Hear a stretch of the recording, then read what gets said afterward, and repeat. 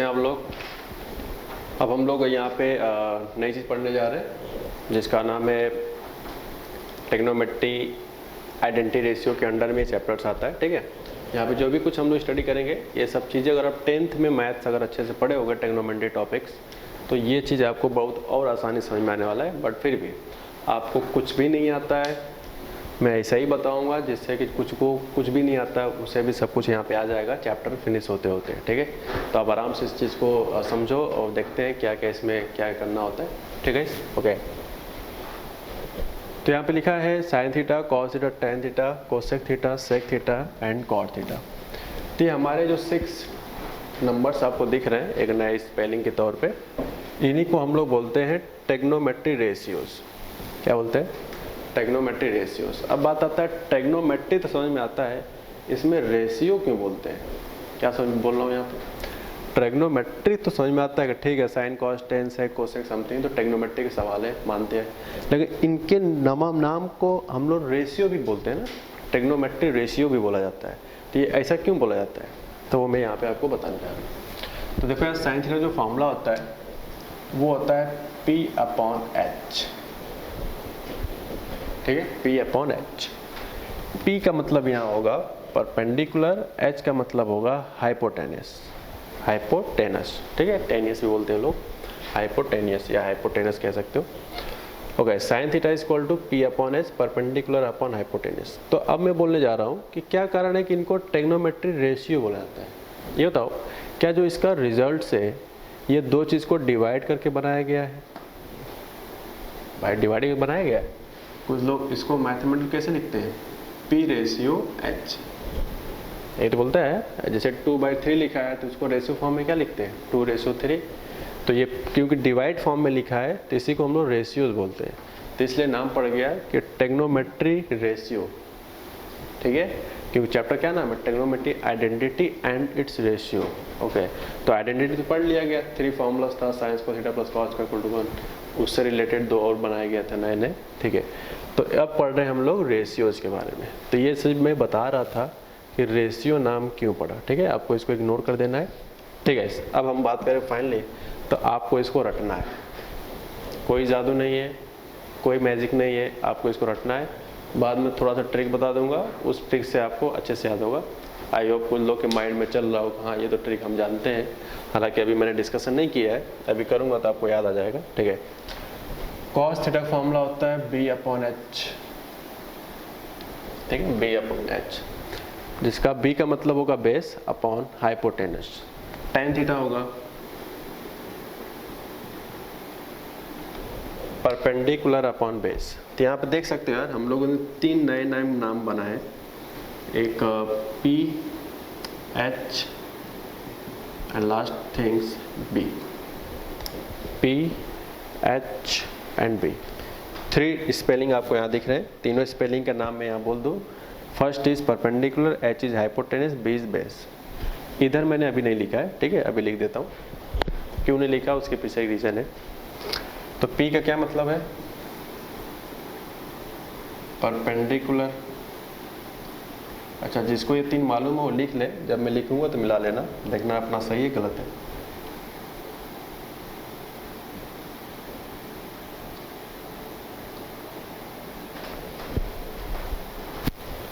ठीक है, हाइपोटेनियस। ठीक है, ओके। B का क्या मतलब होता है? बेस। ठीक है, नो प्रॉब्लम, बिल्कुल सही है, अच्छी बात है। अब आगे बढ़ते हैं। इन रिजल्ट्स के नाम तो हमने आपको फुल फॉर्म बता दिया। अब थोड़ा आगे बढ़ते हैं कि ये जो 3 रिमेनिंग नंबर्स हैं इनके वैल्यूज क्या क्या होते हैं।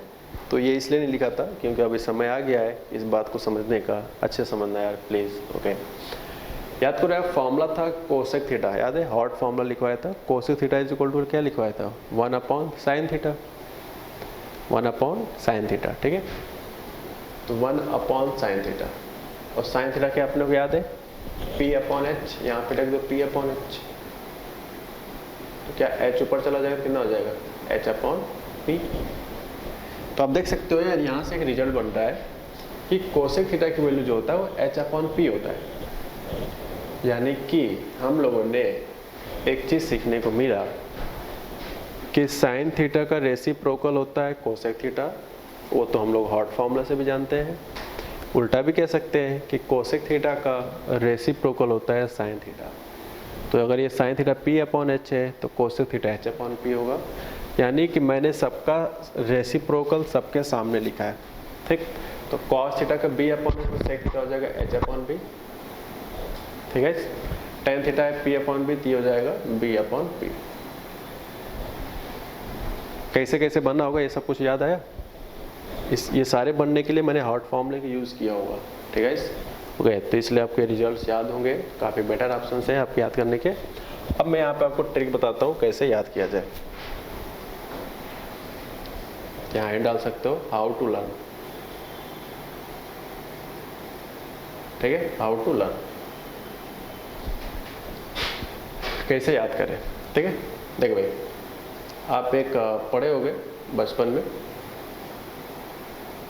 P B P upon H H B. ये चीज़ लोग पढ़ते हैं जो इंग्लिश मीडियम में होते हैं, और जो हिंदी मीडियम में होते हैं वो ये पढ़ते हैं।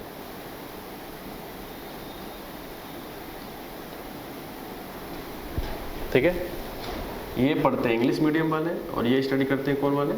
हिंदी मीडियम वाले। तो मैं दोनों के हिसाब से बता दूंगा क्योंकि आई होप वीडियो दोनों लोग देख रहे होंगे, इंग्लिश और हिंदी मीडियम, ठीक है।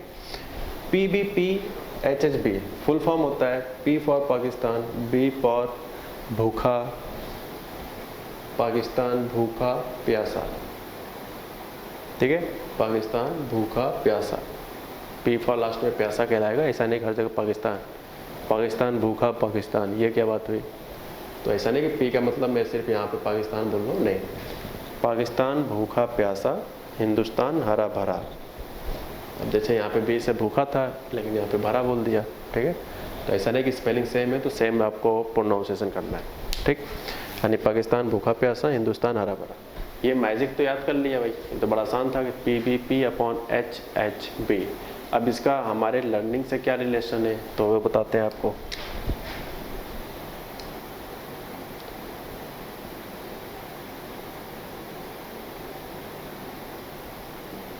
इसी चीज़ को मैं दोबारा लिख रहा हूँ कि जो पहला पेयर है ये साइन का होता है, सेकेंड पेयर ये कॉस का होता है, और ये थर्ड पेयर ये टैन का होता है। मैंने यहाँ थीटा नहीं लिखा है, लिख सकते हो यार, कोई जरूरत नहीं। थीटा की जगह कुछ भी नया वेरिएबल हो सकता है, X Y alpha beta gamma जो भी हो, ठीक है। थीटा पे हम भले ही स्टडी कर रहे हैं लेकिन थीटा की जगह पे समय के अनुसार एक्स भी मिलेगा, समय के अनुसार एक्स प्लस 1 भी मिलेगा, according to question alpha plus beta मिलेगा। इंपॉर्टेंट है बाहर क्या लिखा है, sine cos tan cosec sec cot, important ये है, एंगल इंपॉर्टेंट नहीं कि थीटा है, ठीक है। तो ठीक है, साइन चेक करो, पी अपॉन एच लिखा है, सेकेंड चेक करो बी अपॉन एच, तो क्या बी अपॉन एच कॉस है? बिल्कुल। थर्ड चेक करो P upon be like this, so this is also ten form. अच्छा, अब इन्हीं के टर्म्स को अगर रेसिप्रोकल कर दे, यानी कि ऊपर लिखे हिंदुस्तान हरा भरा और नीचे लिखे पाकिस्तान भूखा प्यासा, तो इसका मतलब होगा कि पहला पेयर कोसेक कहलाएगा, सेकेंड पेयर सेक कहलाएगा और थर्ड पेयर कॉट कहलाएगा, क्योंकि साइन का रेसिप्रोकल कोसेक, कॉस का सेक, टेन का कॉट। इस तरह से हम समझते हैं, ठीक है। चलो भाई, ये हो गया आपका काम, ये इंग्लिश मीडियम वालों के लिए हो गया है। अब चलते हैं हिंदी मीडियम वालों की तरफ। तो उसमें पढ़ा जाता है लाल बट्टे कक्का, ठीक है। बड़ा सुनने में अजीब लगता है बट ठीक है यार, अच्छी बात है। इंग्लिश भी जितना अच्छा उतना ही हिंदी में मज़ा आता है बोलने में, घरेलू भाषा लगता है, नहीं। लाल बट्टे कक्का, तो इसका जो फर्स्ट पेयर होगा, पहले इसको लाल बट्टे कक्का का फुल फॉर्म समझे क्या है? एल से होता है लंब, ठीक है, ए से होता है आधार, के से होता है कांड, ठीक।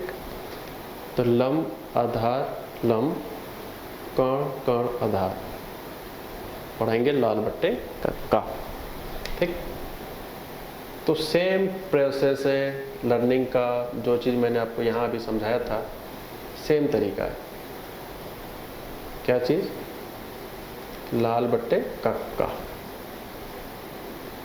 First pair is sine, second pair is cos and third pair is tan. Procedure same है बट उसको मैंने हिंदी में लिख दिया है लाल बट्टे कक्का, लम आधार लम, कर्ण कर्ण आधार। ठीक है, इस तरह से हम लोग समझ सकते हैं। फिलहाल मैंने हिंदी में बस एक ट्रिक बताया है, मैंने हिंदी में इसे यहाँ लिखा नहीं है। ठीक है, जैसे यूपी बोर्ड वाले जो होंगे वो यहाँ क्या लिख रहे होंगे, according to learning points L बटे के, L बटे के। ठीक है, जैसे कॉस थीटा क्या लिख रहे हैं वो बेचारे A अपॉन के। ठीक, सिमिलरली tan थीटा क्या होगा L अपॉन A। तो इस तरह से लिख सकते हैं, बट कोई जो नहीं है आप उस तरह से लिखो।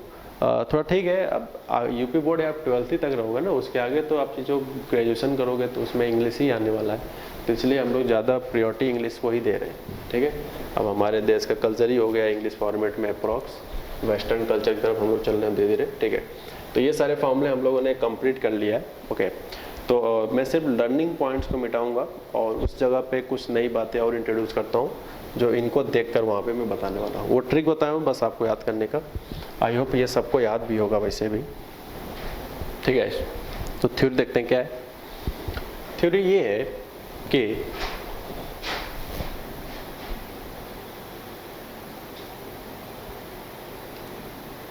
ये किस तरह के ट्रायंगल में वर्क करता है। पहला एग्जाम्पल या पहला क्वेश्चन माइंड में तो यही आता है, ये जो जिसने भी चैप्टर बनाया टेक्नोमेट्री, आइडेंटिटी रेशियो या पूरी टेक्नोमेट्री जिसने भी फॉर्म किया, तो वो किस तरह के ट्रायंगल के लिए फॉर्म किया है, किस तरह के ट्रायंगल्स के लिए फॉर्म किया है।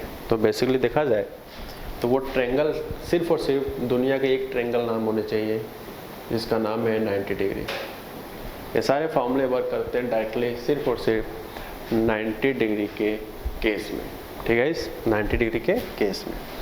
अब इस ज्योमेट्री को देखकर हमें तीन चीज़ों का ज्ञान होना जरूरी है कि परपेंडिकुलर क्या होता है डायग्राम में, बेस क्या है एंड हाइपोटेनस क्या है। तो प्लीज़ गाइस यहाँ पे मैं सिर्फ बोलूँगा और आपको अच्छे से माइंड में सेट करना है, क्योंकि मैं सिर्फ यहाँ बोलूँगा और मेरे वर्ड्स को आप अपने कॉपी में नोट्स करोगे। ठीक है, देखो क्या बोल रहा हूँ। फर्स्ट थिंग्स, किसी भी ट्रायंगल में एक एंगल 90 डिग्री होता है, तो इस तरह के ट्रायंगल को हम लोग राइट एंगल ट्रायंगल बोलते हैं। इतना बेसिक आपको याद होगा। अब बात करते हैं हाइपोटेनस क्या है। इस सवाल का हाइपोटेनस क्या है, तो देखो यार, किसी भी ट्रायंगल में 90 डिग्री के सामने वाला जो साइड्स होता है, सामने वाला साइड, तो 90 यहाँ है तो सामने वाला साइड क्या है, AC लेंथ पूरा, तो इसे हम लोग कहते हैं हाइपोटेनस। क्या कहते हैं, हाइपोटेनस। यानी हाइपोटेनस के बारे में सर्च करना बहुत ही आसान होता है, बहुत आसान। सिर्फ आप देखो कि ट्रायंगल में 90 डिग्री कहाँ पे है, तो जहाँ पे 90 होगा उसके सामने वाले साइड्स को आप सिर्फ क्या बोल दोगे, या this is the hypotenuse of our triangle, यानी हमारे ट्रायंगल का ये हाइपोटेनस है। और ये हाइपोटेनस वर्ड सिर्फ और सिर्फ एक ही टाइप के ट्रायंगल में नाम आता है, वो है राइट एंगल ट्रायंगल। ऐसा नहीं कि आप आइसोसेलेस ट्रायंगल बोल के आप वहाँ बोलोगे भाई ये वाला 90 डिग्री है तो ये समथिंग नहीं, सिर्फ और सिर्फ हाइपोटेनियस एक 90 डिग्री के ट्रायंगल में ही अवेलेबल होता है, यानी कि राइट एंगल ट्रायंगल में। दुनिया का कोई दूसरा ट्रायंगल नहीं होगा जहाँ पे हाइपोटेनियस को दोबारा हम वहाँ पे अप्रिशिएट करें या उसको नाम दें। ठीक है, ऐसा कभी नहीं कह सकते। तो चलो ठीक है यार, हाइपोटेनियस का तो आइडेंटिफिकेशन सिर्फ एक वर्ड से होता है कि 90 डिग्री के सामने वाला जो साइड है वो हाइपोटेनियस होता है। अब बात करते हैं यहाँ पे यार दो चीज़ के बारे में, क्योंकि यहाँ पे हम लोग तीन चीज़ के बारे में स्टडी कर रहे हैं। तो चलो भाई, हाइपोटेनस का तो स्टडी हो गया। अब आपके सामने दो वेरिएबल बचते हैं, P और B। P क्या होता है, बात करते हैं क्या। P होता है परपेंडिकुलर। ठीक है, P होता है क्या सा, परपेंडिकुलर। अब ये परपेंडिकुलर इस डायग्राम में कहाँ पे P लिखा हुआ है, उसको कैसे पता करें। तो सुनो क्या है, यहाँ पे साइन किस एंगल के लिए जा रहा है, थीटा का। यहाँ पे कॉस थीटा के लिए जा रहा है, टेन थीटा पे लिया जा रहा है, कोसेक थीटा पे लिया जा रहा है, सेक थीटा पे, कॉट थीटा पे। ठीक है, इस तरह से लिया जा रहा है। तो जिस एंगल पे काम चलता है, आई रिपीट, जिस एंगल पे काम चलता है वो है थीटा। तो मैं मान लेता हूँ वो थीटा यहाँ पे, ठीक है, मान लिया वो थीटा यहाँ पे। तो जिस जगह पे आप एंगल शो करोगे उसके सामने वाला साइड्स, आई रिपीट, ये थीटा आप किसी भी जगह दिखा सकते हो, आप यहाँ भी दिखा सकते हो, आप यहाँ भी दिखा सकते हो, किसी भी एक जगह।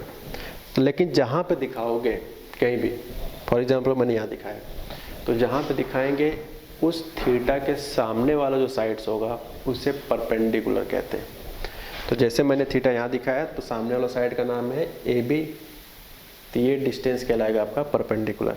ठीक है, मान लो कि आपके दिमाग में थीटा यहाँ रखने का नहीं है, आप चाहते हो कि मैं थीटा यार यहाँ रखूँ, तो क्या होगा, ये जो थीटा लगे है ना ये सब लाइन में, इस थीटा की अगर बात करें तो थीटा के सामने कौन साइड है, अब ये BC है, तब ये परपेंडिकुलर कहलाएगा, तब ये नहीं रहेगा। यानी कि परपेंडिकुलर का डिसीजन के लिए हमें ये जानना बहुत ज़रूरी है कि आप किस एंगल का ट्रायंगल ले रहे हो, किस एंगल का ट्रिग्नोमेट्री रेशियो ले रहे हो, साइन का ले रहे हो थीटा पे, कॉस का थीटा ले रहे हो, क्या ले रहे हो। यानी हमें थीटा का पोजीशन ट्रायंगल में जानना बहुत ही जरूरी है। ठीक है, तो आपने यहाँ का लिया तो सामने वाला परपेंडिकुलर, यहाँ लिया तो इसके सामने वाला परपेंडिकुलर, यानी कि जिस जगह पर थीटा रोटेट करोगे उसी के सामने वाला साइड परपेंडिकुलर कहलाएगा। फिलहाल मैं यहाँ लेट कर लेता हूँ। ठीक, तो ये आपका साइड्स हो गया परपेंडिकुलर। अब ट्रायंगल के 3 साइड्स होते हैं, 2 का डिसीजन हमने ले लिया, तो जब जो बच जाता है 3 साइड में से 2 के लिए रूल बनाया गया है, 3 साइड्स में से 2 के लिए रूल बनाया गया है आइडेंटिफाई करने का कि कौन हाइपोटेनस है कौन परपेंडिकुलर है। तो कौन कौन से, 90 के सामने वाला हाइपोटेनस, जिस थीटा पे काम चल रहा होगा उसके सामने साइड्स को परपेंडिकुलर। जो बाकी साइड्स बच जाते हैं उसी को हम लोग इस चैप्टर्स में बेस के नाम से जानते हैं। क्या, बेस। ठीक है, आप इसको नोट कर लो। ओके, तो एक रूल था पाइथागोरस ने दिया था। ठीक है, पाइथागोरस एक साइंटिस्ट थे, उन्होंने बताया था कि किसी भी राइट एंगल ट्रायंगल में हाइपोटेनस का जो स्क्वायर होता है वो इक्वल होता है परपेंडिकुलर के स्क्वायर प्लस बेस के स्क्वायर। किसका स्क्वायर, परपेंडिकुलर के स्क्वायर प्लस बेस का स्क्वायर। आप डायग्राम के हिसाब से भी कह सकते हो, हाइपोटेनस एच फॉर हाइपोटेनस, यानी कि AC के स्क्वायर प्लस AB के स्क्वायर प्लस BC के स्क्वायर। ठीक है, आप लिख सकते हो मैथमेटिकली। तो डायग्राम के हिसाब से अगर आप चाहो तो आप इसको साइड्स के लेंथ के हिसाब से लिख सकते हो। AC के स्क्वायर यानी कि हाइपोटेनस के square is equal to perpendicular के स्क्वायर, इस केस में हमने AB नाम दिया है, प्लस बेस के स्क्वायर यानी इस केस में BC नाम दिया। अब जैसे आज थ्योरी तो हम स्टडी कर रहे हैं ट्रायंगल ABC पे, हो सकता है कि आपके एग्जाम में ट्रायंगल PQR हो सकता है ट्रायंगल का नाम STZ हो समथिंग, तो वो कुछ भी हो सकता है। इंपॉर्टेंट है यहाँ पे हाइपोटेनस के square is equal to perpendicular के स्क्वायर प्लस बेस के स्क्वायर। अब इसको नोट कर लो, इसके बाद हम लोग क्वेश्चंस करेंगे। ठीक, ओके, हम लोग अब नेक्स्ट क्वेश्चन की तरफ चलते हैं, जो अभी टॉपिक पढ़ रहे थे PBP अपॉन HHB वाले कॉन्सेप्ट पे। ठीक है, यहाँ पे लिखा है given sin theta equal to 3/5 then find remaining trigonometric function. यहाँ पे ये फाइंड वाले टर्म्स को समझना जरूरी है। रिमेनिंग का क्या मतलब है, यहाँ पे जैसे आपको एक ट्रिग्नोमेट्री रेशियो दिया है sin थीटा और टोटल 6 होते हैं, तो उनमें से साइन को छोड़ के जो बाकी के 5 बचे हैं उसी को रिमेनिंग बोला गया है यहाँ पे। ठीक है, अच्छा, तो देखते हैं इसको किस तरह सॉल्व किया जाता है। ये बहुत ही बेसिक क्वेश्चन है। ओके, इसके बाद हम लोग ठीक ठाक कॉम्पिटिशन लेवल पे आएंगे, पहले स्टार्टअप देख लेते हैं बेसिक कैसे यूज़ किया जाता है। तो यहाँ पे लिखा है sin थीटा इक्वल टू 3/5, और याद करो जैसा कि हम लोग जानते हैं कि sin थीटा इक्वल टू होता है परपेंडिकुलर अपॉन हाइपोटेनस। ठीक है, तो अगर फॉर्मूले से कंपेयर करें तो P की जगह पे 3 लिखा है और H की जगह पे 5 लिखा है। तो इसको हम लोग पिक्चराइज अगर शो करें समथिंग टाइप, ठीक है, तो ये देखो तो थीटा एंगल पे, तो थीटा आप अपने तरफ से फ्री हो, किसी भी जगह पे शो कर सकते हो। ठीक है, किसी भी जगह पे आपकी इच्छा है, आप तो यहाँ चाहे यहाँ किसी भी एक जगह पे।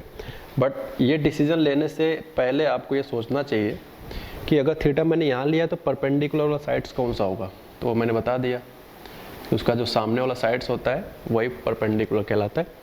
90 के सामने वाला साइड्स को हम लोग हाइपोटेनस कहते हैं। ये 2 पॉइंट्स आपको याद करने हैं। ठीक है, और जो रिमेनिंग थर्ड साइड बचता है उसी को हम लोग मैथमेटिकली बेस के नाम से भी जानते हैं। तो ये जो थर्ड साइड है इसी को हम लोग बेस कहेंगे। ये सारे थ्योरी हम लोग कॉन्सेप्ट सीख चुके हैं, ठीक है। अब यूज़ करते हैं formula according to Pythagoras theorem, h square equal to P square plus B square. So h is 5, p is 3 and this is b. So 25 is equal to 9 minus 16। तो यहाँ से b की वैल्यू आपको 4 आ जाएगा। तो आप देख सकते हो ये हमारे पास 3 वेरिएबल्स होते हैं p, h, b, और ये तीनों वेरिएबल हमारे फाइंड आउट हो चुके हैं। अब हमसे पूछा गया है फाइंड रिमेनिंग ट्रिग्नोमेट्रिक फंक्शंस। तो रिमेनिंग का मतलब साइन वाला दे दिया है, तो बचे 5, कौन कौन से?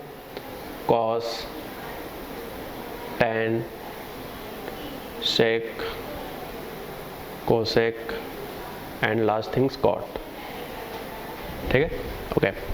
तो आपको cos theta equal to formula अब जाकर अभी देखो नोट्स में, अभी हमने पढ़ाया था, बेस अपॉन हाइपोटेनस होता है। बेस की वैल्यू क्या है यहाँ पे? अभी फाइंड आउट हुआ है 4, हाइपोटेनस आपको दिख रहा है यहाँ पे 5 है। अच्छा, टेन थीटा होता है p अपॉन बी, ठीक है। सो p इज वॉट? p की वैल्यू यहाँ पे 3 है एंड बेस की वैल्यू यहाँ पे है 4। सेक थीटा होता है हाइपोटेनियस अपॉन बेस, यानी कि h अपॉन बी,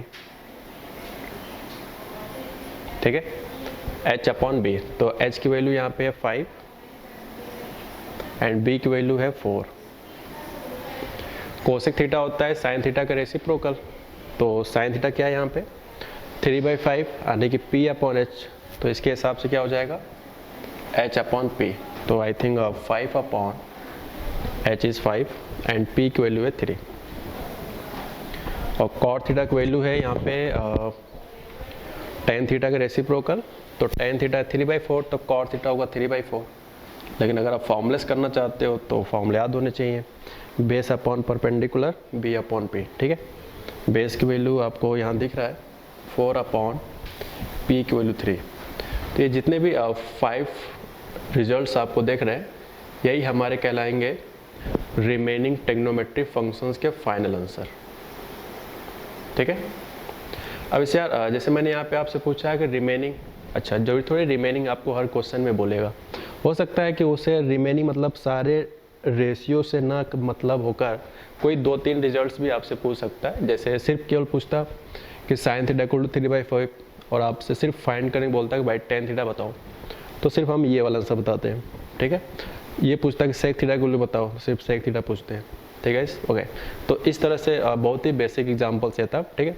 अब धीरे धीरे लेवल को हम यहाँ पे इंक्रीज करने वाले, अब इसको अच्छे से नोट कर लो, ओके।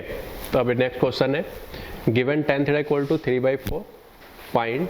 देख सकते हो इस क्वेश्चन में फाइंड करने वाला जो कॉन्सेप्ट है वो पिछले वाले क्वेश्चन के स्पेक्ट में थोड़ा सा डिफरेंट है। किस तरह से? उसमें आपसे रिमेनिंग ट्रिग्नोमेट्री रेशियो पूछा था, यहाँ पे आपको कुछ स्पेशल ट्रिग्नोमेट्री रेशियो के कुछ ऐड एंड सबट्रैक्ट करके पूछा गया है, ठीक है। तो इस तरह की सिचुएशन का भी स्टार्टअप जो है वो सेम है कि आपको तीनों साइड्स फाइंड करने होंगे, यानी कि perpendicular, hypotenuse and last things base, ठीक है। तो टेन थीटा इक्वल टू 3/4। अब चाहो तो इसको थोड़ा जल्दी से लगा सकते हो, जल्दीबाजी में देखो कैसे लगाते हैं। एक तो ये पहला सवाल इसलिए बता दिया था एकेडमिक के पॉइंट ऑफ व्यू से कि आपको पूरा टर्म्स लिखने होते हैं, बट कंपटीशन के हिसाब से आप जितना कम लिखो उतना बेटर होगा, ठीक है। तो देखो इसको जल्दी से कैसे लगाते हैं। तो देखो टेन थीटा इक्वल टू होता है परपेंडिकुलर अपॉन बेस, तो पिक्चराइज के हिसाब से थीटा मैंने यहाँ लिया है, तो परपेंडिकुलर वाला साइड आप ए बी कहलाएगा, ठीक, ओके। 4 बेस होता है, क्योंकि फार्मूला क्या होता है? परपेंडिकुलर अपॉन बेस, तो 3/4। अब हम लोग मैथमेटिकली एसी लेंथ निकाल सकते हैं, जिसे हम लोग हाइपोटेनियस के नाम से बोलेंगे। So according to Pythagoras AC is equal to AB square plus BC square, ठीक है। AB की वैल्यू है 3, BC की वैल्यू है 4 एंड AC की स्क्वायर आपको फाइंड करना है, ठीक है। इजी नंबर है, 16 प्लस 9 यानी कि 25, तो AC इक्वल टू यहाँ से 5 आ जाता है। अब ये सिंपल कैलकुलेशन इसलिए मैं ज़्यादा नहीं बोल रहा हूँ, ठीक है। तो ये आपका जो लेंथ था हाइपोटेनियस का वो हमने पाइथागोरस के अकॉर्डिंग फाइंड आउट कर लिया, ठीक है, ओके। अब बात करते हैं कि आपसे पूछा क्या गया है, तो चलो देखते हैं। फाइंड करना है sine theta plus cos theta minus sec theta, ठीक है, sine theta plus cos theta minus sec theta. अब यहाँ पे देखा जाए साइन थीटा को कितना होगा पिक्चर के हिसाब से, परपेंडिकुलर अपॉन हाइपोटेनियस यानी कि 3/5 plus cos theta base upon hypotenuse यानी कि 4/5, सेक थीटा होता है हाइपोटेनियस अपॉन बेस यानी कि 5/4, ठीक है। अब इसका एलसीएम ले सकते हो आप, तो बेस सेम है तो एलसीएम देंगे तो 5 ही रहेगा, तो न्यूमरेटर को ऐड कर देंगे तो 3 + 4 7 हो जाएगा।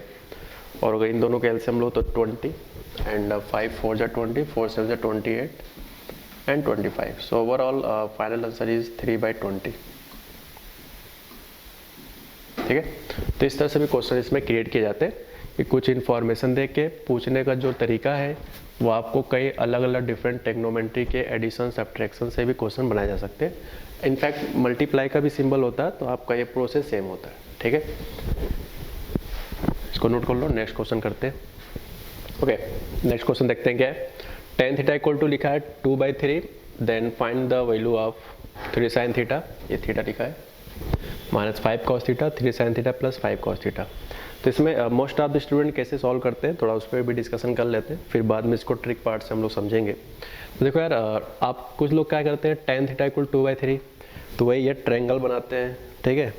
तो परपेंडिकुलर अपॉन बेस, फिर उसके हेल्प से हाइपोटेनस निकाला जाता है।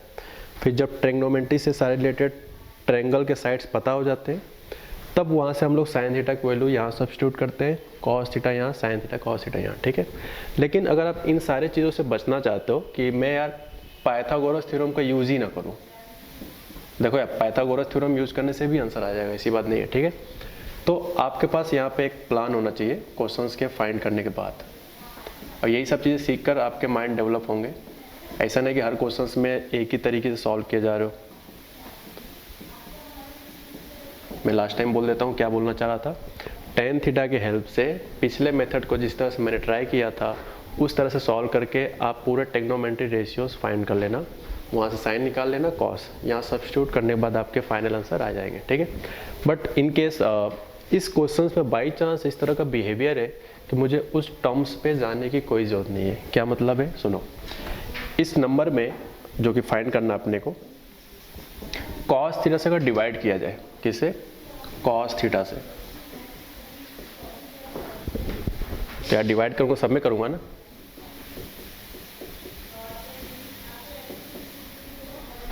ठीक है। कॉस से डिवाइड किया न्यूमरेटर डिनोमिनेटर में, कितना जाएगा। या अगर आप ज़्यादा कंफर्टेबल नहीं हो तो आप थोड़ा सा इस तरह से लिख सकते हो, थोड़ा और अच्छे समझ में आएगा इसलिए कह रहा हूँ। समथिंग कॉस थीटा से न्यूमरेटर में डिवाइड किया और कॉस थीटा से डिनोमिनेटर में, इस तरह से लिखने से आपको कोई कंफ्यूजन फिलहाल तो नहीं रहेगा।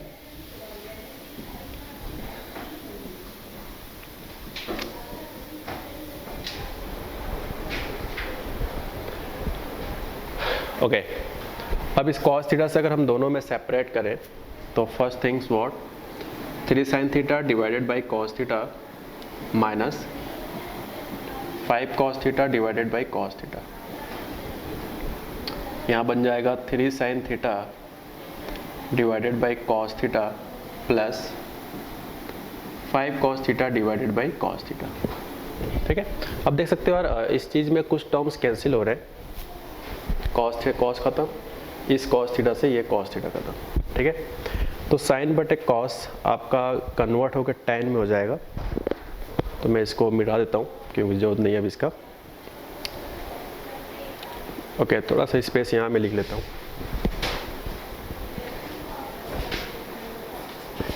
तो 3 tan theta minus 5 divided by 3 tan theta plus 5, ठीक है गाइस। ओके, तो देखो यार इस मेथड से लगाने का बेनिफिट क्या हुआ, इस क्वेश्चन को इस मेथड से लगाने का क्या बेनिफिट हुआ, आप दो चीज़ों से बच गए, ना आपको पाइथागोरस याद करना है ना ट्रायंगल बनाने की ज़रूरत है, ठीक है।